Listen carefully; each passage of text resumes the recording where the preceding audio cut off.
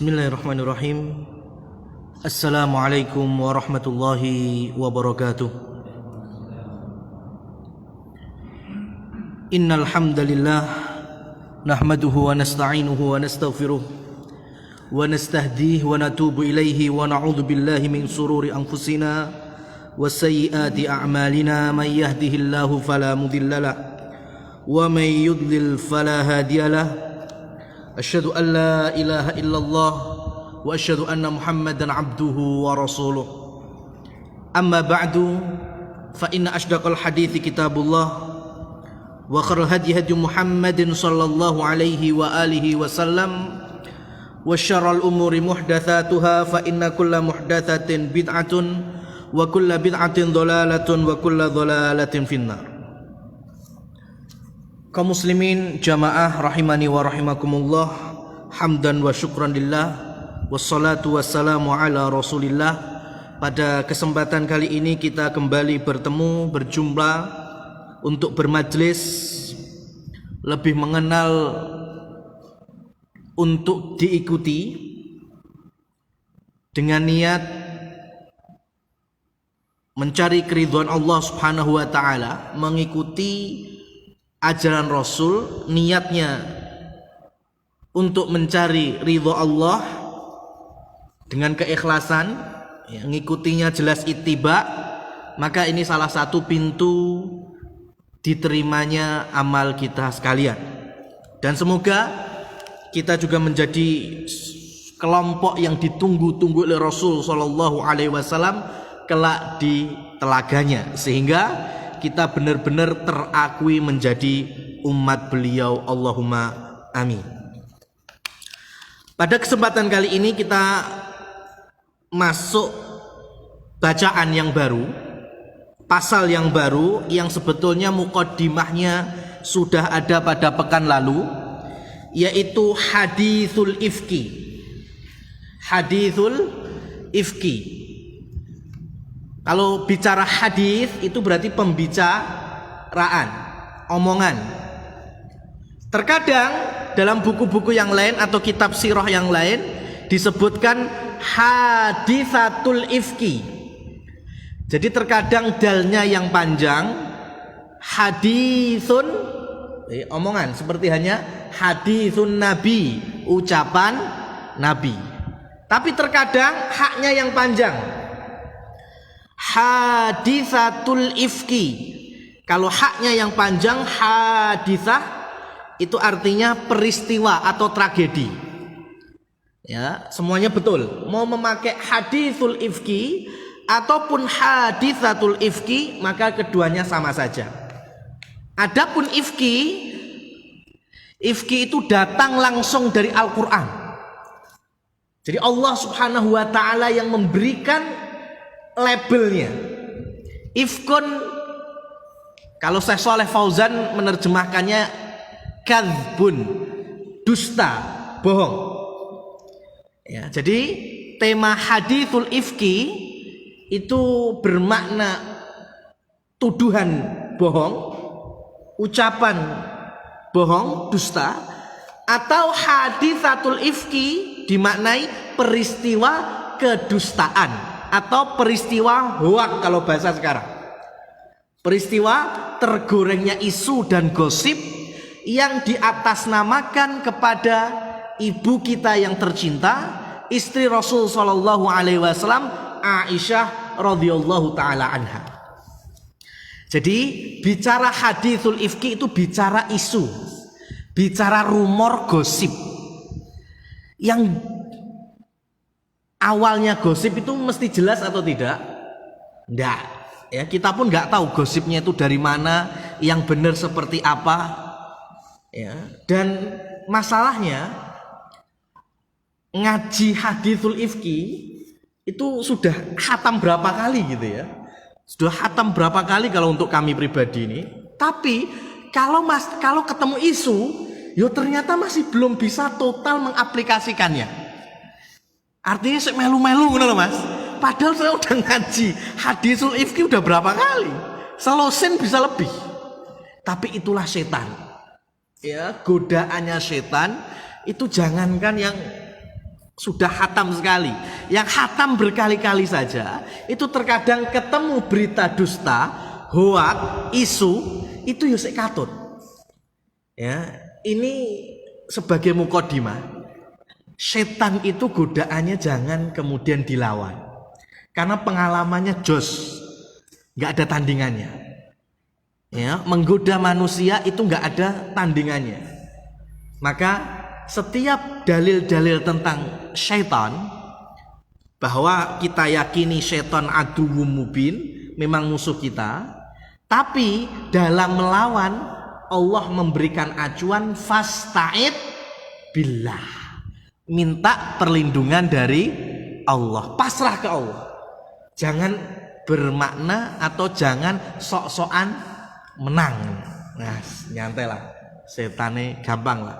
Imanku kan wis kandel, ya insya Allah bisa lah ngelawan syaitan. Ini dilarang kita, ya kita diminta untuk fasta'id billah, meminta perlindungan diri kepada Allah Subhanahu wa taala.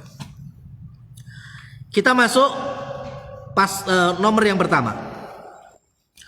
Kharaja ma'ar rasuli sallallahu alaihi wasallam min nisaihi fi ghazwati Bani Mustalik as-sayyidatu Aisyah wa Ummu Salamah. Dalam peristiwa Bani Mustalik, Rasulullah sallallahu alaihi wasallam mengajak di antara istri-istri beliau, dan di dalam sirah Nabi ini disebutkan ketemu dua wanita beliau, dua istri, dua ibu kita. Yang pertama adalah Ummu Salamah dan yang kedua adalah Aisyah radhiyallahu taala anhuma. Ini pelajaran bahwa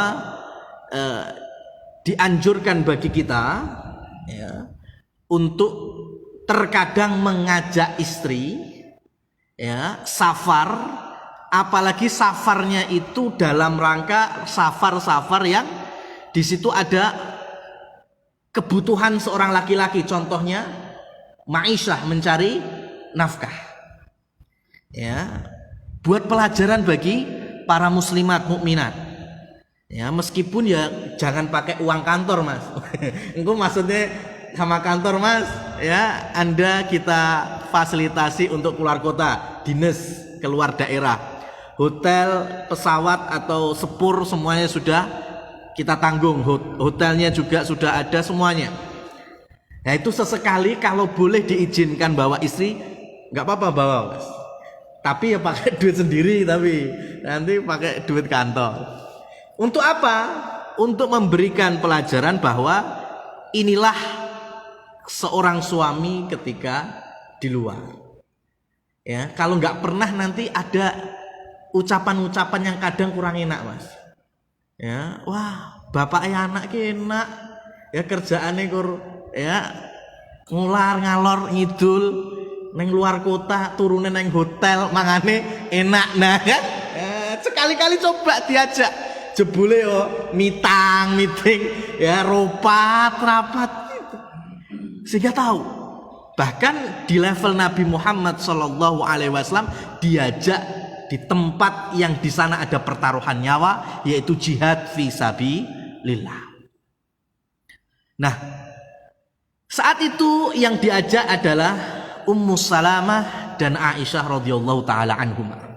Dalam berangkatnya sudah selesai ceritanya, bahkan sampai Bani Mustalik takluk, dan sekarang arah kembalinya sebagaimana di poin yang kedua. Wa fi asna'i ruju'il jaisi, ketika sepulangnya pasukan, madhatis sayyidatu Aisyatu liqadha'i hajatiha.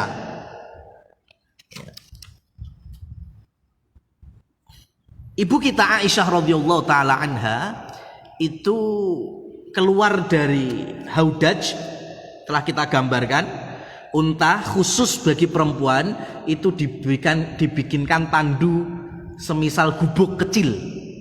Ya, itu sebutannya haudaj. Ya. Jadi kalau ada unta di dalam unta di atasnya ada tandu seperti gubuk, itu bisa dipastikan isinya perempuan. Kalau laki-laki nggak butuh seperti itu, butuhnya cuma pelana saja atau mirip kursi gitu, kemudian mereka langsung duduk di punggung unta. Adapun perempuan atau anak-anak itu dibikinkan tandu khusus yang nanti mereka berada di dalamnya. Nah, Aisyah radhiyallahu taala anha ketika waktu istirahat, dan tempatnya ini sebetulnya sudah nggak jauh dari kota Madinah. Ya, artinya nggak jauh ya versi orang dulu ya.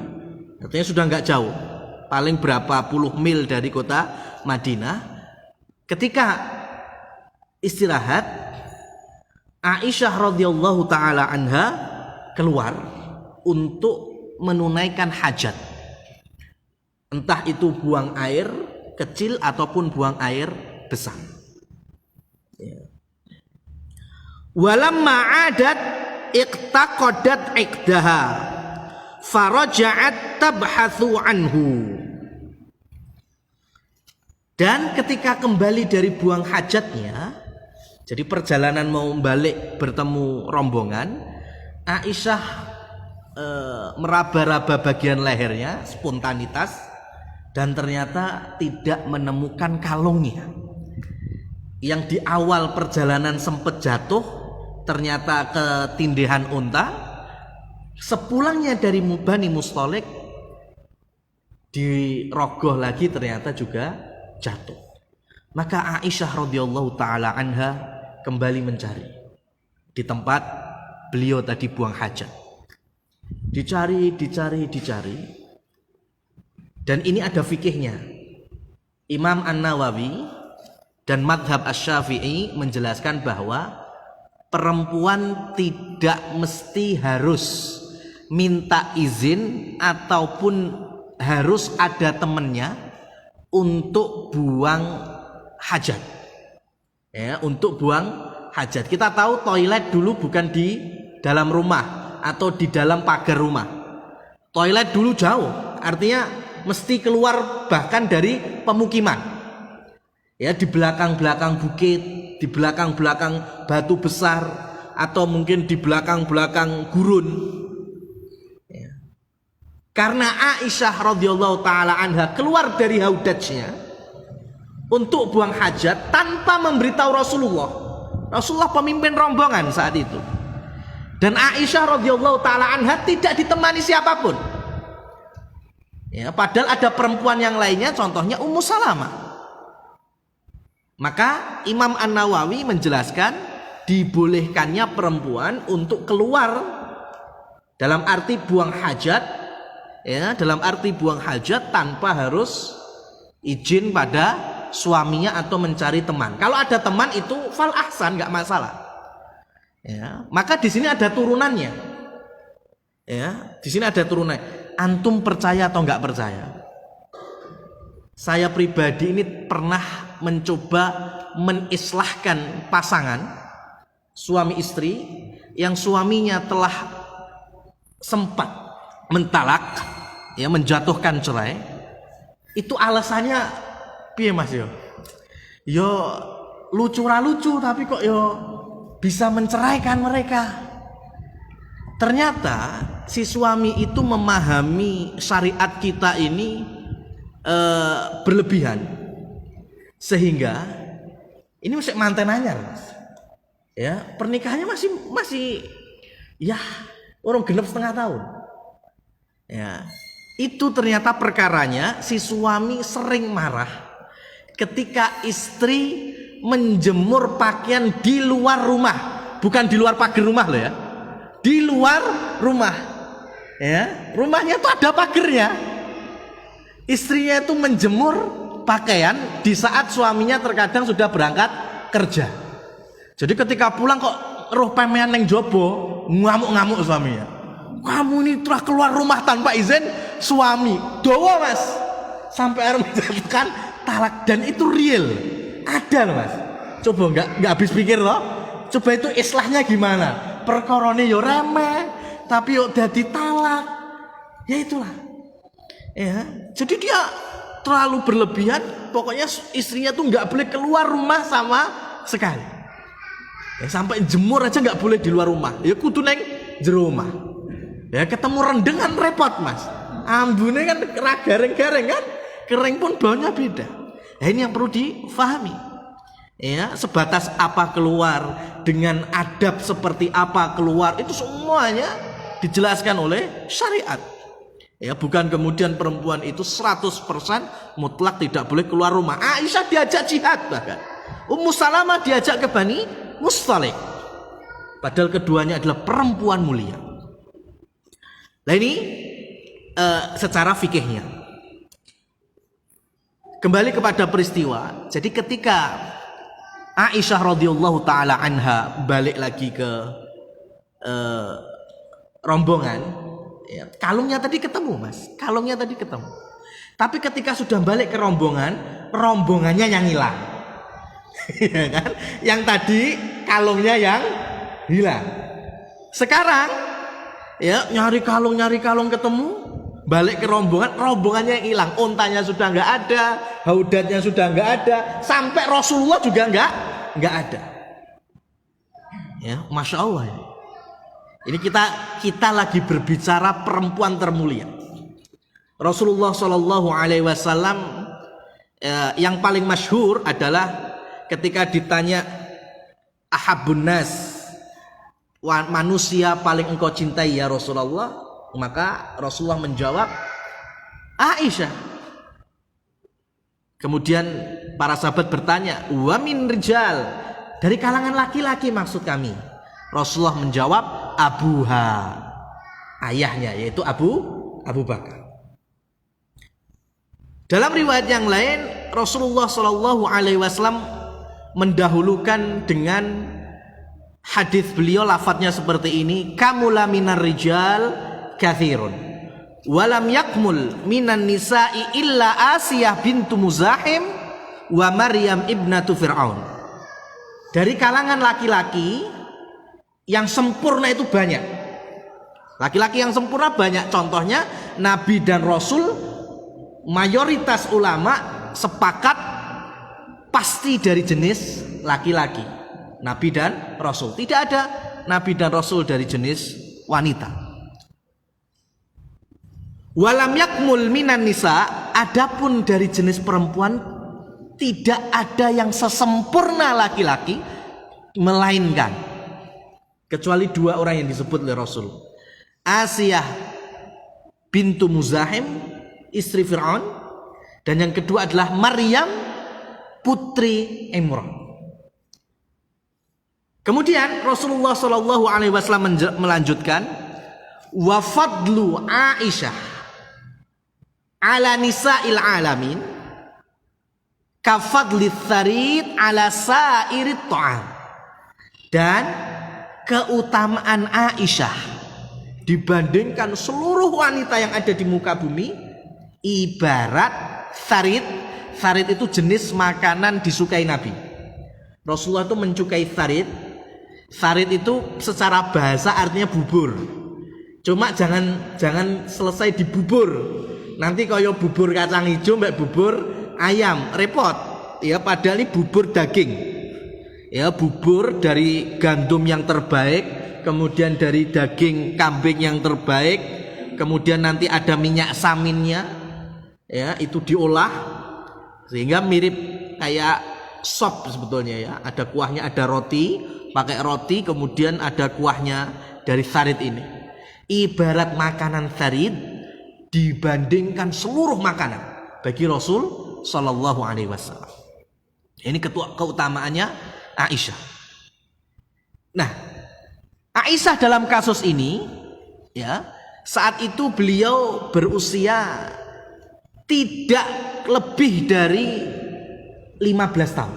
Ada riwayat 13, ada riwayat 14, ada riwayat 15. Bayangkan usia 15 tahun Allah uji dengan cobaan yang masya Allah kita akan sampaikan pada kesempatan kali ini. Jadi Aisyah ketika tahu bahwa dirinya tertinggal oleh rombongan, maka pada saat itulah Aisyah diam di tempat, tidak beranjak sama sekali. Nah, ini ilmu padang pasir, mas. Ini ilmu padang pasir. Kalau sampai kita hilang bareng rombongan, maka kita diminta berhenti di tempat terakhir kita bareng rombongan. Kenapa? Karena bisa jadi ada kesempatan jika rombongan sadar, ada anggota kita yang hilang, ada anggota kita yang nggak bareng lagi. Ayo kumpul. Diinget-inget terakhir tadi ketemu di mana? Oh di sana. Ya. Oh di KM berapa? Oh mungkin di bawah pohon apa? Maka rombongan nanti mungkin ngutus utusan untuk menjemput lagi. Apalagi kalau di padang pasir lebih susah lagi. Ya. Maka Aisyah radhiyallahu taala anha diam di tempat, nggak kemana-mana. Nah, ma'asyiral muslimin rahimani wa rahimakumullah, pertanyaannya adalah kenapa para sahabat, khususnya para pengawal unta-unta Ummul Mukminin, itu kok tidak tahu kalau Aisyah belum berangkat bareng mereka? Ya, maka jawabannya adalah kita sedang berbicara mengenai masyarakat yang sangat menghormati kehormatan perempuan, masyarakat yang super soleh. Ya, jangankan ngobrol, jangankan buka haudaj. Istrinya Rasul Aisyah sudah ada belum ya dibuka gini? Enggak mas. Tanya saja dari luar tidak mereka tanyakan. Kan bisa saja ketok-ketok. Assalamualaikum. Ya. Zaujatun Nabi Aisyah sudah ada, siap berangkat? Ya, dijawab dari dalam. Oh siap. Enggak mas, gitu aja enggak. Ya, jadi para petugas yang mengawal haudajnya Ummahatul Mukminin itu ketika sampai di rest area mereka langsung turunkan haudaj. Kemudian ketika waktunya berangkat yang mereka naikkan. Sampai Madinah mereka nanti berhenti di depan kamarnya para istri Rasul dan menurunkan, gitu tok. Tidak ada obrolan sama sekali.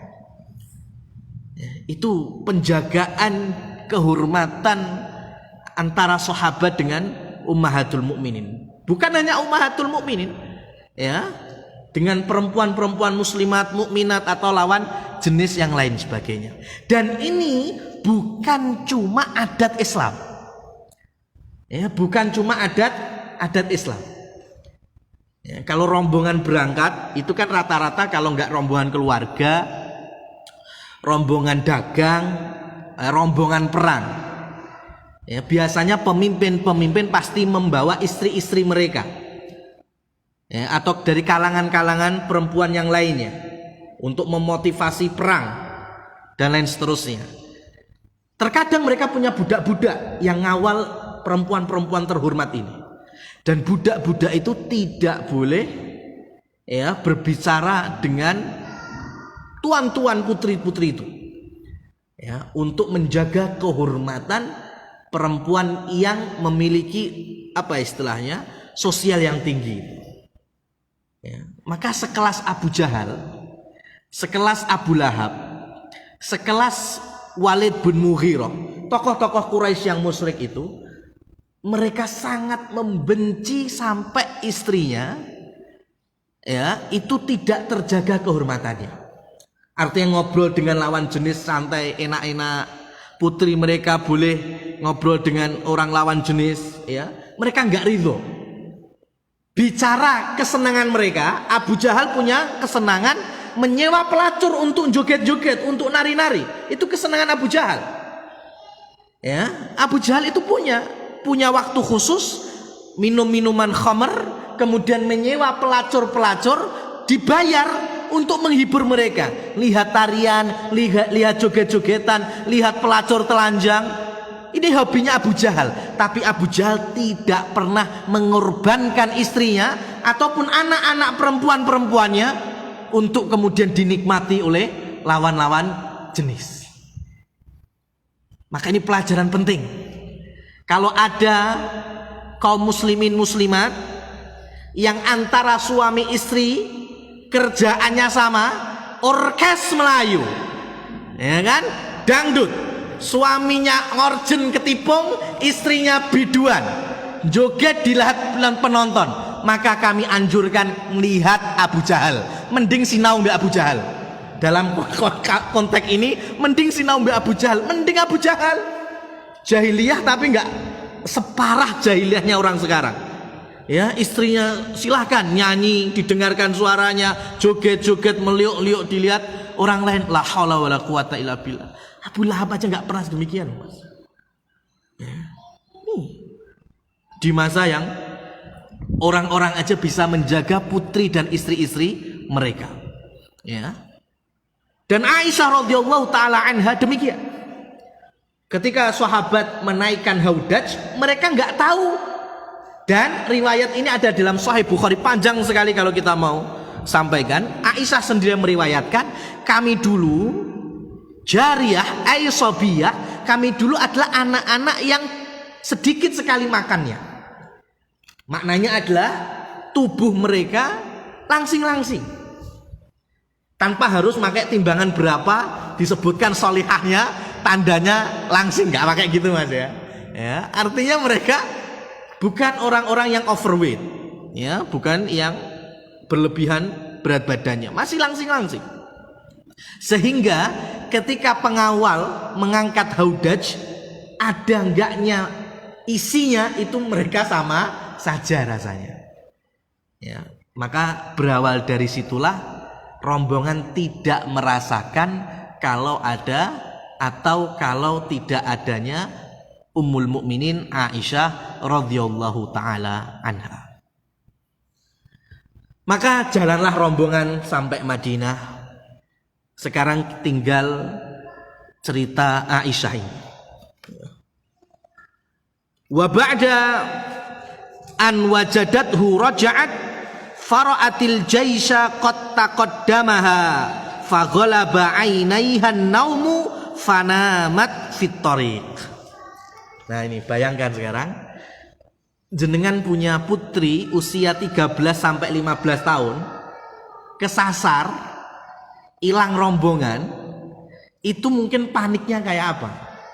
Tapi lihat Aisyah, didikan Abu Bakar As-Siddiq, sudah beliau tahu bahwa ketinggalan rombongan, maka yang terjadi malah beliau diam di tempat dengan perasaan insya Allah Rasul akan tahu bahwa saya ketinggalan dan bakal menjemput Aisyah. Itu saking gak paniknya Aisyah sampai ketiduran. Ya, di sini fanamat fit tariq, sampai beliau tidur di jalan itu tadi, tempat akhir rombongan istirahat. Wa kana Safwan ibnu Mu'attal yasiru wara al-jaish. Adapun ada salah seorang sahabat yang Rasulullah tugaskan sebagai penyapu bersih. Rasul setiap safar itu pasti mengutus satu atau dua orang sahabat, tugasnya jalan paling belakang. Fungsinya apa? Untuk mengambil barang-barang yang ketinggalan atau yang jatuh atau sesuatu yang memang gak kepikiran untuk dibawa. Nah, dalam kasus Bani Mustalik, Safwan bin Mu'attal, salah seorang sahabat yang mulia. Kenapa bisa kita katakan mulia? Pertama, Rasulullah sendiri yang mengatakan, ma ra'aitu Safwan illa khaira. Aku tidak pernah melihat Safwan kecuali dia itu orangnya baik. Dapat lisensi dari Rasul. Ya, Safwan bin Mu'attal petugas sapu bersih. Ya, jadi kalau ada di buku-buku sirah Safwan bin Mu'attal itu tukang tidur, ya itu perlu diedit, perlu direvisi. Ya, ini sahabat yang mulia, bukan tukang tidur. Ya, memang tugasnya saat itu sapu bersih, ya bukan ketiduran, bukan. Maka di saat Safwan bin Mu'attal berjalan ke arah Madinah, kemudian menemukan ada sosok yang sedang tidur atau dalam posisi sendirian di tengah padang pasir.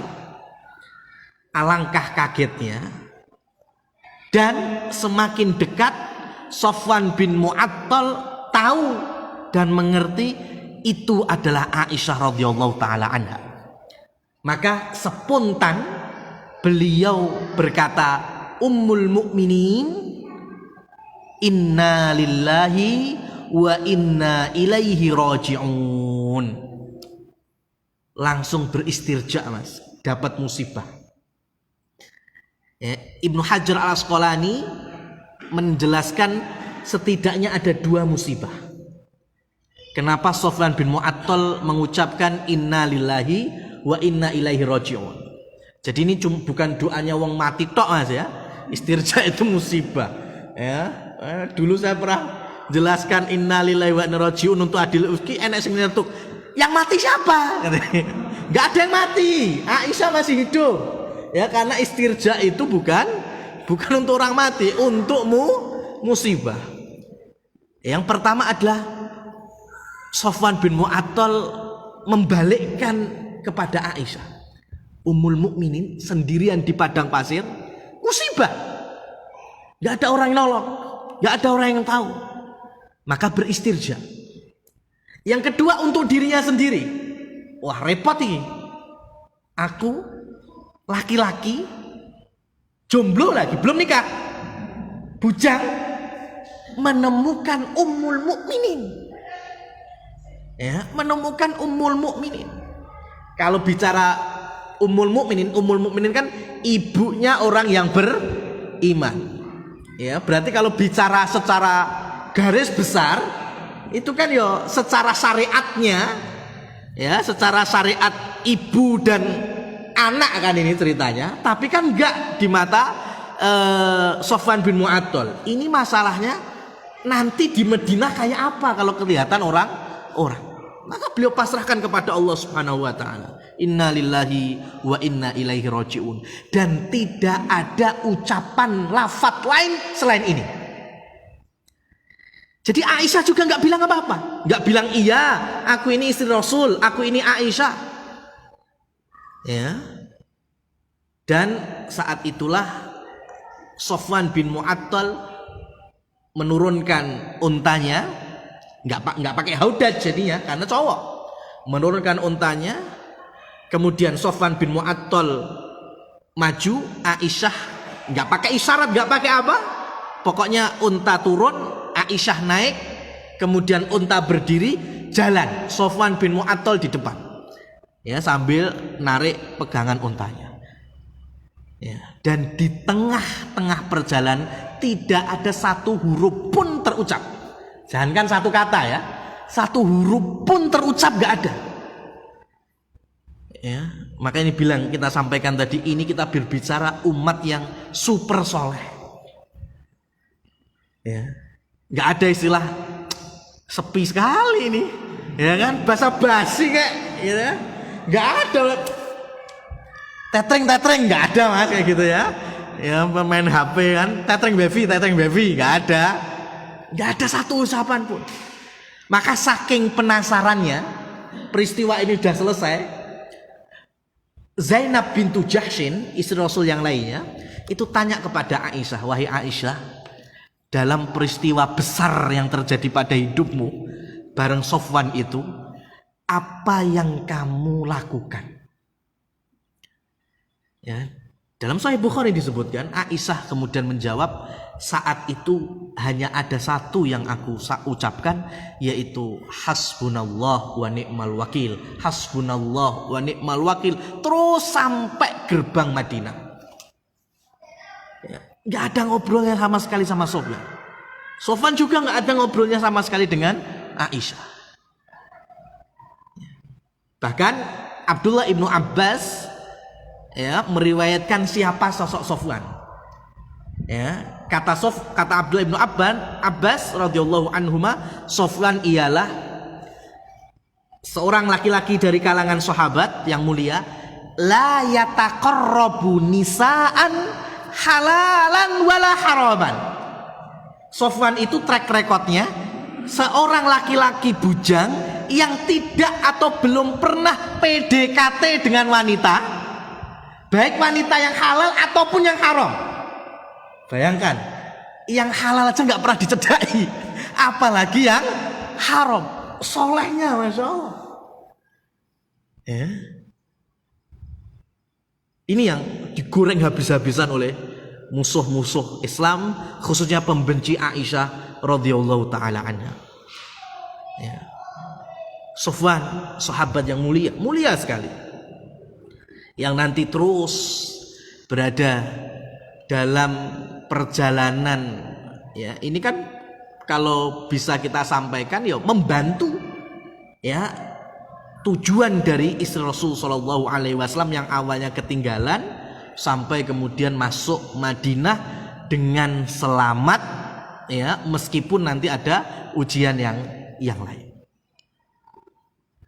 Masuk gerbang Madinah, ya di sini kita akan sebutkan dulu. Yatafaqqadu dha'i'ahu falamma wasala indaha wa ra'aha arafaha fa anakha rahilatahu wa arkabaha min ghairi ayyatakallama bi kalimah. Ini harus kita sampaikan, tidak ada satu kata patah apapun. Tsumma sara yaqudur rahilata hatta lahiqa bil jaisi. Nah, ini sampai berjumpa dengan pasukan ini kurang tepat, artinya sampai masuk gerbang Madinah. Fattahamuha bi Sofwan. Nah, ketika masuk gerbang Madinah, di gerbang itu ada 4 orang. Ya, satunya dedengkot munafik, Abdullah bin Ubay bin Salul. Yang 3, 2 laki-laki. Ya, 2 laki-laki sahabat yang mulia. Yang pertama Hasan bin Thabit, penyair Rasul. Ya, yang mengcounter siapa saja yang mencaci maki Rasul, maka dia dengan syairnya membalas itu. Ribuan bait untuk membela Rasulullah. Orang yang cerdas sekali. Hasan bin Thabit punya mimbar khusus. Yang kedua adalah Mistah bin Utsatha radhiyallahu anhuma. Mistah ini veteran Badr. Ya, veteran Badr. Rasulullah sampaikan, "If'alu ma syi'tum ya ahla Badr, fa inna mau'idakumul jannah." Ya, ahli Badr, terserah kalian mau ngelakuin apa saja, kalian sudah mendapatkan janji surga. Ya, Masya Allah. 2 sahabat yang mulia. 1 perempuan, adik dari istri Rasul Zainab bintu Jahshin, namanya Hamnah binti Jahshin, istri dari Mus'ab bin Umair. Kurang mulia apa, Mas? 3 orang ini mulia semuanya. Cuma 1 orang bermasalah. 1 yang bermasalah, dedengkot munafik. Ya, maka sebelum kita akan gali lebih jauh lagi, kami bawa ke perkara juga, ya, terkait dengan permasalahan-permasalahan yang mengatasnamakan wanita-wanita yang soleh ataupun laki-laki yang soleh, yaitu Quran surat At-Tahrim 12 ayat. Ayat yang pertama terkait dengan keluarga Rasul, ayat pertengahan motivasi supaya kita menjauhkan diri dari neraka dan keluarga kita. Kemudian ayat-ayat terakhir, 3 ayat terakhir, ya, 3 ayat terakhir Rasulullah Shallallahu Alaihi Wasallam, Allah Subhanahu Wa Taala berfirman, wa Maryam binata Imran allati ahsanat farjaha fanafakhna fihi min ruhina wa saddaqat bi kalimati rabbiha wa kutubihi wa kanat minal qanitin. Yang paling ideal dari suatu rumah, ini kan kita lagi berbicara rumah tangga Rasul yang nanti sedang dikasih cobaan berita dusta. Ya, sekelas keluarga Nabi Muhammad saja itu ada masalah. Cuma masalahnya masalah yang nantinya di situ ada ilmu bisa kita gali. Berbeda dengan contoh di dalam At-Tahrim ini. Yang paling ideal adalah keluarga Maryam. Ya, karena keluarga yang atasnya, ayat yang ke-10, Daraballahu mathalan lil ladzina kafaru imra'ata Nuh wa imra'ata Lut kanata tahta 'abdaini min ibadina shalihaini fakhanatahuma. Nah, ini yang akan kita korelasikan dengan Aisyah radhiyallahu taala anha. Keluarga yang pertama yaitu keluarganya Nabi Nuh sama Nabi Lut, yang mana istri keduanya berkhianat. Ini Abdullah ibnu Abbas menerangkan, kalau sampai ada kabar istri para nabi dan rasul berkhianat, itu artinya jangan sampai kita memaknai dengan perselingkuhan atau bahkan perzinahan. Karena nanti Aisyah didustakan telah melakukan hubungan gelap dengan Sofwan bin Mu'attal, dan Allah akan mensucikan beliau dalam surat An-Nur. Begitu pula ini sebagai keyakinan kita. Kalau ada berita atau kabar istrinya Nabi Nuh berkhianat, istrinya Nabi Lut berkhianat, itu jangan diartikan mereka serong, mereka selingkuh. Jangan disamakan dengan kita, Mas. Contohnya, istrinya Pak A khianat. Nah, jenengan pemahamannya gimana? Serong loh, selingkuh, main belakang, ya, zina dengan yang lain. Ya apa enggak? Nah, itu enggak boleh kita tafsirkan kepada istri-istri para nabi dan rasul. Mereka tidak pernah berkhianat terkait hubungan hak dan kewajiban istri kepada suami. Yang dimaksud istri-istri berkhianat artinya khianat terhadap dakwahnya para suaminya, tidak mau beriman. Ya, itu maksud khianat para istri nabi dan rasul. Tidak pernah khianat hubungan, merusak hubungan pasutrinya, enggak. Yang dimaksud ialah mereka tidak mau menerima dakwah suaminya, enggak mau beriman. Contohnya istri Nabi Nuh, istri Nabi Lut. Artinya keluarga ini keluarga bermasalah. Masalahnya di mana? Istri yang tidak beriman, suami yang beriman kokoh, solehnya nggak ketulungan. Ya apa enggak? Ya. Model semacam ini kalau kita ambil pelajaran, ya memang sudah nggak ada yang beriman sama musyrik, nggak boleh. Ya, laki-laki, ya, perempuan, ya, mereka menikah dengan kondisi satu beriman, satu musyrik, ya. Tapi kita ambil contohnya, satu soleh, satu enggak soleh. Yang soleh yang mana ini? Suaminya. Yang enggak soleha, istrinya. Maka model permasalahan semacam ini biasanya ada tumbal, Mas. Ada yang dikorbankan. Siapa itu? Anak. Biasa ini saya bukan saya yang ngomong. At-Tahrim yang bilang, ya, laki-laki yang soleh, istri yang gak soleha, korbannya anak. Contohnya apa? Keluarga Nabi Nuh, anaknya Kan'an tidak mau beriman, lahir dan dididik dari ibunya yang tidak beriman. Saking sayangnya Nabi Nuh, ketika Allah mengadab, masih ada dialog bapak dan anak disebutkan dalam surat Hud. Wahai anak, ya bunayya irkam ma'ana, ayolah nak, naik bareng bapak, ya kan? Naiklah bareng bapak. Kata Kan'annya, ndaklah ya, sa'awi ilal jabal, aku akan menek gunung wae, mosok banjirnya sampai puncak gunung, kan nggak mungkin. Beda dengan putra-putra Nabi Nuh, Syam, Ham, Yafid, mereka semuanya beriman. Kenapa? Karena lahir dari ibu yang beriman, ibu yang solehah. Ini keluarga bermasalah yang pertama. Ya, kita jeda terlebih dahulu untuk mendengarkan azan Isya. Wallahu a'lam bishawab.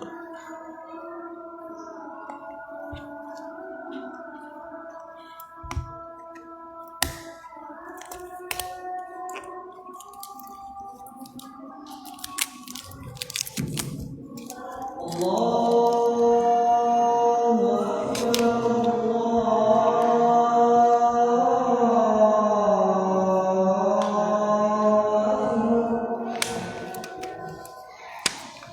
Allah.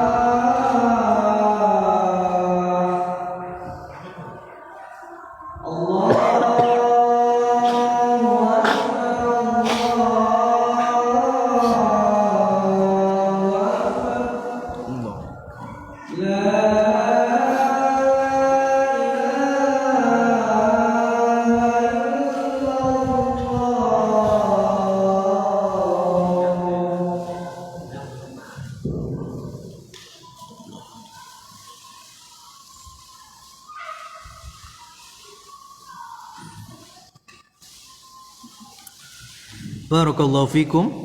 Kita lanjutkan. Kita ambil masih faidah terkait dengan 3 ayat terakhir dari surat At-Tahrim. Yang pertama yaitu keluarga dari Nabi Nuh dan Nabi Lut yang istri mereka tidak beriman. Bahkan nanti Allah akan masukkan keduanya ke dalam neraka. Dan Nuh wa Lut alaihi wassalam tidak mampu untuk menolong mereka. Ya, tapi pelajarannya ialah ternyata dari istri yang tidak solehah itu melahirkan generasi yang tidak soleh dan taat juga. Berbeda dengan keluarga yang pertama, yang kedua. Wa daraballahu mathalan lil ladzina amanu imra'ata fir'aun idz qalat rabbi ibni li 'indaka baitan fil jannah wa najjini min fir'auna wa 'amalihi wa najjini minal qaumidz zalimin. Keluarga yang kedua yaitu keluarganya Fir'aun. Keluarganya Fir'aun itu, Fir'aunnya tidak beriman, zalimnya enggak ketulungan sampai ngaku Tuhan, tapi istrinya yaitu Asia bintu Muzahim itu istri yang super kokoh imannya, solehahnya masya Allah.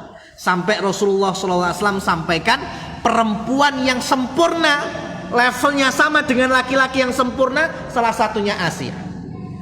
Dalam riwayat yang lain Rasul menyampaikan afdhalu nisa'i ahlil jannah arba'un. Perempuan yang paling utama di surga besok ada 4 orang.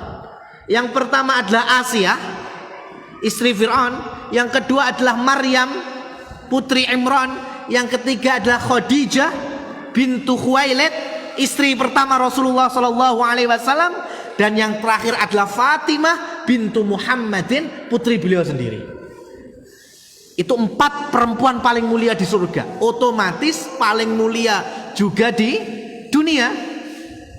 Ya, jadi kalau pengen belajar ciri atau wanita yang solehah itu nggak perlu seminar doa mas.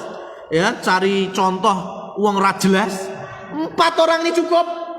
Ya, 4 perempuan ini cukup sudah untuk mencetak perempuan atau wanita yang solehah. Di antaranya tadi Asia. Asia istri Fir'aun itu beriman, solehah, tapi suaminya nggak kenal iman, nggak soleh. Ini juga keluarga bermasalah. Ini juga memakan tumbal. Ada korbannya. Siapa korbannya? Kalau yang tadi kan, yang masalah siapa? Sing wedok sing masalah, sing lanang sing apik, tumbale anak. Kalau saiki sing wedoke apik, ya, sing lanang yang nggak soleh. Ini juga ada, contohnya banyak kan. Istrinya masya Allah ngajak suaminya kajian, istrinya kadang ketika adzan minta suaminya ke masjid, macam-macam. Tapi dasar suami yang wangel taat, ya, akhirnya siapa yang menjadi korban? Biasanya yang menjadi korban adalah istri itu sendiri. Dalam kasus At-Tahrim ini Asiyah yang menjadi korbannya. Ya, karena ketika Fir'aun mengetahui istrinya beriman, maka dia minta ke algojonya untuk menyalib istrinya, kemudian mencambuk dan memukulnya. Dan pada saat mendapatkan siksa langsung dari suaminya itulah Asia berdoa kepada Allah, Rabbi benili indaka baitang fil jannah. Ya Allah, aku ingin di sisimu engkau bangunkan surga. Ya. Ini permintaan. Dan jauhkan aku dari kezaliman suamiku. Jauhkan aku dari orang-orang zalim ini yang mereka tidak beriman kepadamu. Ini doanya Asia. Ya, maka coba nanti dipraktekkan, Pak. Pulang nanti coba tanya ke istri, tanya ya, Mas. Dek atau Bu, ibu anak-anak, kowe nate apa ora doa kaya doane Asia ngono. Ya, doanya Asia tadi kan, ya Allah, jauhkan aku dari sikap dan sifatnya Fir'aun, suaminya sendiri. Ya, nate apa ora ndonga kaya ngono. Aduh Pak, bendino. Ya Allah, kok ya entuk koyo ngene. Wah, itu PR Mas, itu PR. Ya. Wah, itu. Jadi Asiyah ketika mendapatkan siksa langsung dari suaminya, KDRT. Maka rata-rata istri-istri yang beriman, istri-istri yang solehah, suami yang gak taat, itu pasti mendapatkan cobaan. Kalau gak lisan, mangan hati, dikatain terus, itu bisa sampai KDRT fisik. Ya. Dan itu terjadi sebelum zaman Nabi Muhammad. Di zaman Fir'aun sudah ada pengalamannya. Dan Allah pun mengabulkan doanya. Jadi ketika disiksa itu, ya Allah gambarkan kepada Asiyah, rumahnya yang di surga sudah jadi. Ya. Dan akhirnya wafat. Allah wafatkan dalam kondisi disiksa oleh suaminya. Kalau pengen nyoba yang paling ideal yang tadi Mas, keluarga Maryam punya ayah bernama Imran, maka satu-satunya keluarga yang dikekalkan oleh Allah Subhanahu wa Ta'ala menjadi nama surat cuma Ali Imran, gak ada Ali-Ali yang lain, gak ada keluarga-keluarga yang lain. Keluarga Imran. Imran punya istri Hana, kemudian nanti lahir Maryam, perempuan yang solehah. Saking solehahnya Allah kekalkan lagi nama perempuan menjadi surat dalam Al-Quran. Mong siji yo Maryam gitu. Gak ada nama perempuan yang lain. Beda dengan nama-nama laki-laki. Dalam Al-Quran ada surat Nuh, ada surat Ibrahim, ada surat Muhammad. Surat yang diambil nama perempuan cuma satu, Maryam. Dan nanti ternyata Allah takdirkan, titipkan di dalam janinnya seorang bayi yang lahir dengan nama Isa bin Maryam, dan Allah lantik menjadi salah satu nabi dan rasul. Nih, idealnya kayak gitu Mas. Simbahe soleh, ketemu duwe anak luweh soleh, putune soleh, masya Allah. Ya, jangan kebalik. Simbahe iki muadzin, ngresiki masjid, duwe anak naik, iso ngimam, iso khotib, masya Allah. Duwe putune malah menjadi salah satu alim ulama. Wah, itu bagus sekali. Jangan sampai kebalik.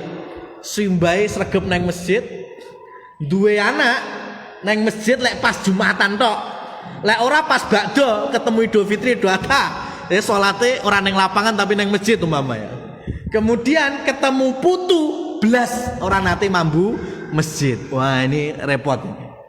Ya, jadi keluarga sudah dibahas di dalam Al-Quran, salah satunya dalam surat At-Tahrim. Ya, yang mana di situ dijelaskan berbagai macam persoalan terkait dengan keluarga para nabi. Ada masalah, nggak mungkin keluarga itu nggak ada masalah. Dan dalam kasus ini yang mendapatkan cobaan keluarga Nabi Muhammad SAW masuk Madinah. Sofwan bin Mu'attal berjalan kaki, menarik unta, dan di atas unta itu ada Aisyah radhiyallahu taala anha. Maka satu orang gembong munafik itu mengucapkan ucapan yang menjadi bom perdana, granat pertama yang dilemparkan, yang itu memicu gosip rumor 1 bulan lebih di kota Madinah. Jadi Abdullah bin Ubay bin Salul itu cuma ngomong gini tok di hadapan 3 orang ini, di hadapan Hasan bin Sabit, di hadapan Hamnah, di hadapan Mistah bin Uthadah. Abdullah bin Ubay bin Salul ngomong gini, manaja Sofwan minha wa manajat Aisyah minhu. Itu tok ucapannya. Ya, Sofwan nggak mungkin selamat dari Aisyah, Aisyah nggak mungkin selamat dari siapa? Sofwan. Itu tok ucapan Abdullah bin Ubay bin Salul. Tapi yang namanya berita Mas, kalau dalam ilmu balaghah, ma la yahtamilu sidq wal kadhib. Berita itu nggak bisa kita yakini mesti bener atau mesti bohong. Namanya berita yang mesti berbumbu itu ya, mesti berbumbu. Ini ucapan pertama itu Abdullah bin Ubay bin Salul, itu nggak ngomong Aisyah selingkuh loh, Sofwan ada main loh sama Aisyah, nggak kayak gitu. Ucapannya cuma Sofwan nggak bakal selamat dari Aisyah, Aisyah nggak mungkin selamat dari Sofwan. Wah, itu terus digaungkan oleh gembong munafik ini dan orang-orang munafik yang lain. Lah kalau udah ketemu orang yang lain, beritanya tambah lagi. Makanya jangankan zaman Nabi, zaman saya pribadi nggak tahu, kayaknya saya pernah cerita di majelis ini juga. Dahulu mungkin di awal tahun 2003 2002 itu saya pernah kecelakaan di Boyolali. Saya masih nyantri di Tengaran ya. Itu saya kecelakaan di Boyolali, saya masuk Pandanarang rumah sakit. Itu posisi lutut kiri saya cedera. Nggak sampai patah, tapi cederanya dalam, jadi harus dijahit luar dan dalam. Itu bayangkan ya, posisi Boyolali itu ketemu Tengaran itu cuma beda berapa kecamatan? Paling 2 kecamatan saja. Boyolali, Ampel, Tengaran. Ini saya ngasih gambaran ya. Itu di Boyolali saya masuk rumah sakit Pandanarang. Belum ada WA. Itu dari Boyolali ke Ampel, Sruwen, itu beritanya Iqbal sikile ceklek. Iqbal sikile ceklek. Dari Sruwen, Ampel ke Tengaran ke Pondok, itu beritanya sikile Iqbal dengkulnya diganti dengkul sapi. Itu namanya berita itu kayak gitu. Jadi tiba-tiba geruduk rumah sakit Pandanarang, kok wakeh penasaran gimana sikil wong iso diganti dengkul sapi. Ya ini kisah pribadi, betul. Makanya saya geleng-geleng, kok bisa ya? Ya itulah berita. Dari sini bumbunya tambah, ini bumbunya tambah. Enggak. Sama. Kisah hadisul ifki sama. Jadi awalnya Abdullah bin Ubay bin Salul ngomongnya kayak gitu saja. Cuma akhirnya berhembus terus menerus sampai la haula wala quwata illa billah, berita yang tidak sepatutnya disampaikan untuk ibu kita Aisyah radhiyallahu taala anha. Ya, ini memang yang menjadi pelajaran terakhir pada kesempatan kali ini ialah 3 orang yang mulia, Hasan bin Sabit, kemudian istri dari Mus'ab bin Umair, dan Mistah veteran Badr. Semulia-mulia mereka itu kalau kena gosip terus menerus akhirnya juga kemakan. Maka tadi jangan terlalu pede, ikut isu ikut rumor, akhirnya penasaran. Nggak semua penasaran itu baik. Nggak semua penasaran itu baik. Contohnya ini, mending nggak usah denger, lebih selamat. Maka nanti Allah Subhanahu wa Ta'ala takdirkan Aisyah sakit selama 1 bulan, sakit di kamar terus. Hikmahnya apa? Aisyah radhiyallahu taala anha tidak mendengar gosip-gosip murahan, yang kemudian disandarkan kepada dirinya tentang perbuatan yang tidak senonoh dengan Sofwan bin Mu'attal, yang mana Sofwan bin Mu'attal juga sahabat yang mulia juga. Jadi memang kisah ini melatih telinga kita supaya jangan menjadi telinga yang murahan. Memang telinga-telinga yang di situ ada iman, di situ ada menjauhkan diri dari perkataan-perkataan yang sia-sia, diisi terus dengan mengkokohkan amal, mengkokohkan jiwa, mengkokohkan macam-macam lah. Sebagaimana para sahabat yang mana nanti meskipun rumor ini dihembuskan terus menerus oleh orang-orang munafik, kemakan, tapi nggak sampai menjadi berita heboh sehingga para sahabat juga heboh. Kenapa? Karena satu-satunya peristiwa kedustaan ini ya cuma di sini aja. Jadi kalau kita gambarkan kertas putih, hamparan kertas putih atau kain putih, kemudian ada bercak noda hitam satu. Geger-geger, loh kok enak reget. Tapi mereka masih punya keyakinan tidak mungkin kertas seputih ini kalah dengan noda hitam. Itulah zaman sahabat. Zaman kita kok nggak bisa sama? Ya karena sing dijembeng yo kain ireng mas. Ya kita ini ada di hamparan kain hitam, jadi elek opo wae yo wis biasa, ya kan? Yo piye neh wong ireng kabeh, ya kan? Wis makane sisan melu mas. Yo ben padha irenge. Nah, gitu repot. Ini semoga bermanfaat ya, kita cukupkan. Wa qulu qouli hadza fa subhanakallahumma wa bihamdika asyhadu an la ilaha illa anta astaghfiruka wa atubu ilaik. Wabillahi taufiq wal hidayah. Wassalamualaikum warahmatullahi wabarakatuh.